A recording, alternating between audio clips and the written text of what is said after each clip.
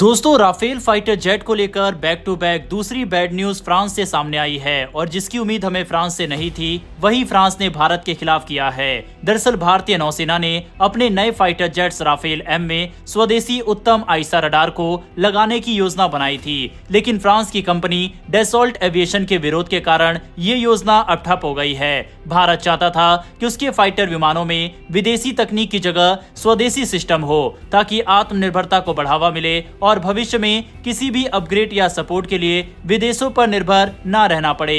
Dassault aviation ने साफ तौर पर भारत को यह कह दिया है कि राफेल एम विमान में सिर्फ उनका ही RBE-2 आईसा रडार फिट रहेगा और किसी भी तीसरे पक्ष का सिस्टम, चाहे वह भारत का ही क्यों ना हो, स्वीकार नहीं किया जाएगा। इस फैसले के पीछे सबसे बड़ी वजह है सोर्स कोड एक्सेस का ना मिलना।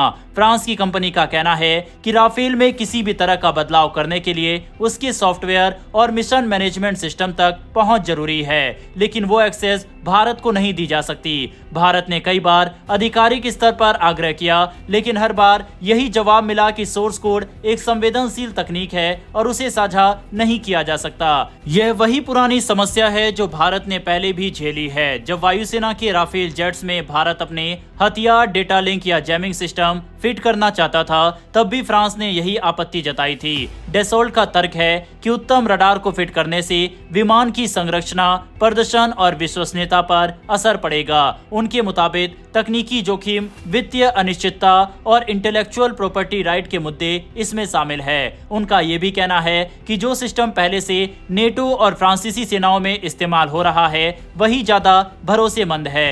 भारत की योजना थी कि राफेल एम के साथ एक हाइब्रिड कॉन्फ़िगरेशन अपनाया जाए जिसमें स्वदेशी रडार, सॉफ्टवेयर और सेंसर फिट किए जा सके। इससे भारत को लॉन्ग टर्म आत्मनिर्भरता मिलती और स्थानीय रक्षा उद्योग को बढ़ावा मिलता, लेकिन अब ये पूरी कोशिश डैसॉल्ट के विरोध की वजह से असफल होती दिख रही है। राफेल एम को भारत की स्वदेशी विमान वाहक पोत INS विक्रांत पर तैनात किया जाना है।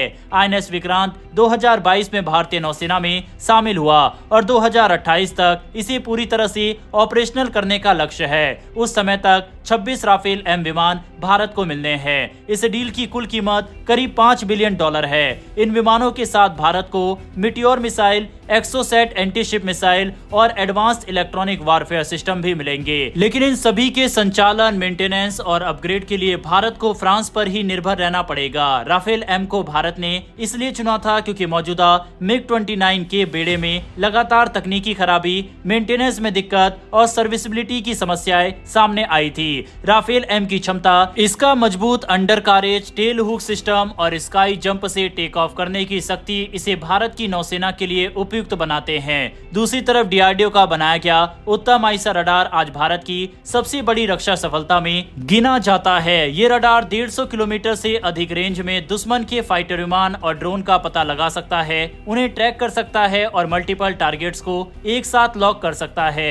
उत्तम का डिजाइन मॉड्यूलर है, यानी इसे अलग अलग प्लेटफॉर्म पर बड़ी आसानी से फिट किया जा सकता है, जैसे तेजस Mark 1A, Mark 2 M का और भविष्य के UCAV में। इस रडार की ताकत सिर्फ ट्रैकिंग में नहीं है, बल्कि ये मजबूत ECCM यानी इलेक्ट्रॉनिक काउंटर मेजर क्षमता रखता है, यानी दुश्मन की जैमिंग को आसानी से झेल सकता है। भारत इस रडार को दुनिया के कई आईसा रडार जैसे कि इजराइल का ELM-2052, रूस का ZHUK-AE और स्वीडन का RAVN-ES-05 के बराबर मानता है।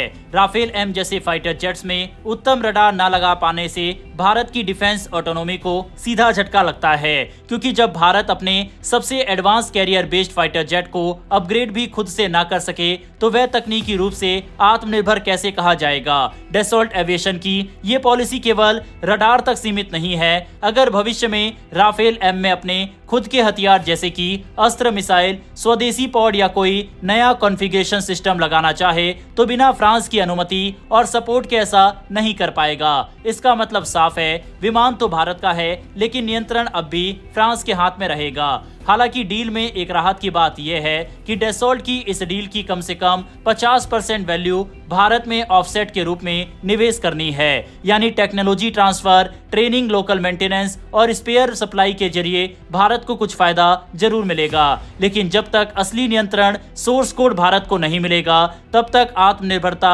अधूरी ही मानी जाएगी। वहीं इस पूरे घटनाक्रम का एक दूसरा पहलू भी है। आज दुनिया की बड़ी डिफेंस कंपनियां अपने सिस्टम को बहुत ही टाइट कंट्रोल में रखती है।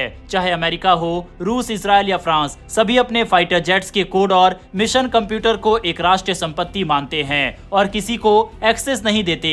यही वजह है कि भारत जैसे देश जो अब खुद रक्षा हार्डवेयर बना रहे हैं, उन्हें ये एहसास हो रहा है कि केवल प्लेटफॉर्म बनाना काफी नहीं है, पूरा इकोसिस्टम और तकनीकी नियंत्रण जरूरी है। उत्तम आईसा रडार का इस्तेमाल सिर्फ आत्मनिर्भरता का प्रतीक नहीं है, बल्कि ये भविष्य के निर्यात अवसरों को भी जन्म दे सकता है। डीआरडीओ और एचएएल पहले ही इसे एक्सपोर्ट करने की योजना बना रहे हैं, खासकर दक्षिण एशिया, मिडिल ईस्ट और अफ्रीका के देशों में। लेकिन अगर ये तकनीक भारत के अपने ही फाइटर जेट जैसे राफेल एम में जगह नहीं बना पाए तो ये बाकी दुनिया को क्या संदेश देगा। अभी डीआरडीओ और एचएएल का पूरा फोकस उत्तम के नए वेरिएंट पर है, जिसमें अगली पीढ़ी के एंटी जैमिंग, साइबर रेजिस्टेंस और एडवांस वारफेयर सेंसर्स विकसित किए जा रहे हैं। इसका लक्ष्य है एक ऐसा नेटवर्क सेंट्रिक रडार सिस्टम बनाना जो तेजस से लेकर एवेक्स, ग्राउंड कंट्रोल और नेवल ग्रुप एक साथ जुड़ सके। ये पूरी तकनीक 2 मोर्चों पर भारत की जरूरतों को पूरा करेगा, हिमालय के बर्फीली सीमाओं से लेकर हिंद महासागर के खुले समुद्र तक। राफेल एम की डिलीवरी स्केड्यूल 2028 से शुरू होगा, लेकिन सवाल यह है कि जब तक ये विमान भारत आएंगे, क्या तब तक भारत ऐसी स्थिति में होगा कि वह किसी भी विदेशी तकनीक पर निर्भर ना रहे, या फिर ये राफेल भारत की ताकत का हिस्सा तो बनेंगे लेकिन उसकी सीमाएं भी तय करेंगे। उत्तम आईसा की कहानी एक तरफ भारत की तकनीकी प्रगति को दर्शाता है तो दूसरी तरफ ये सच्चाई भी सामने लाती है कि विदेशी रक्षा उपकरणों के साथ आत्मनिर्भरता सीमित होती है जब तक कि कंट्रोल और डिजाइन दोनों भारत के हाथ में ना हो। वहीं दोस्तों, फ्रांस से जब इस तरह की खबरें सामने आती है तो कई लोग भावनाओं में आकर ये कमेंट करने लग जाते हैं कि भारत को फ्रांस से ये डील कैंसिल कर देनी चाहिए। तो क्या हमें ऐसा करना चाहिए? तो इसका जवाब है बिल्कुल नहीं, क्योंकि भारत के पास ऑप्शन बहुत लिमिटेड है। नेवी के लिए भारत के पास राफेल एम के अलावा FA-18 अमेरिकी फाइटर जेट ऑप्शन में था, और ये हम सब जानते हैं कि अमेरिका से तो कई गुना ज्यादा बेहतर है फ्रांस, क्योंकि अमेरिका पर तो बिल्कुल भी भरोसा नहीं किया जा सकता। वह कब फाइटर जेट की सप्लाई रोक दे या फिर इसको लेकर भारत को ब्लैकमेल करने लग जाए, ये कहा नहीं जा सकता। और भी कई चीजें अमेरिका को लेकर जुड़ी हुई है। यही कारण है कि भारत राफेल एम के साथ गया। ये बहुत कड़वी सच्चाई है कि जब तक भारत का खुद का फाइटर जेट जो कि दूसरे देशों से बेहतर या उनको टक्कर देने लायक ना बन जाए, तब तक भारत को दूसरे देशों पर निर्भर रहना पड़ेगा और हमें इस तरह से कई सारी चीजों में कॉम्प्रोमाइज भी करना पड़ेगा।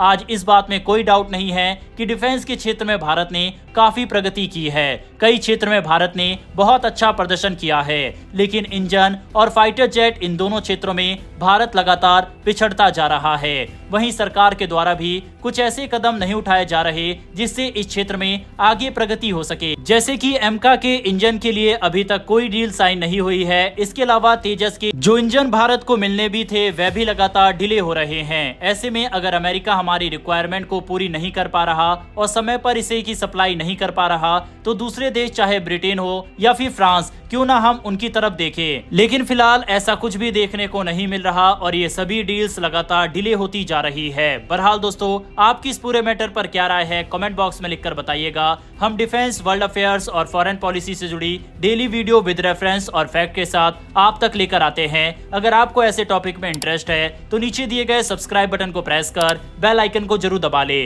जिससे हमारी डेली ऐसी वीडियो आप तक सबसे पहले पहुंच सके। फिर मिलेंगे ऐसी एक नई वीडियो के साथ। धन्यवाद। जय हिंद, जय भारत।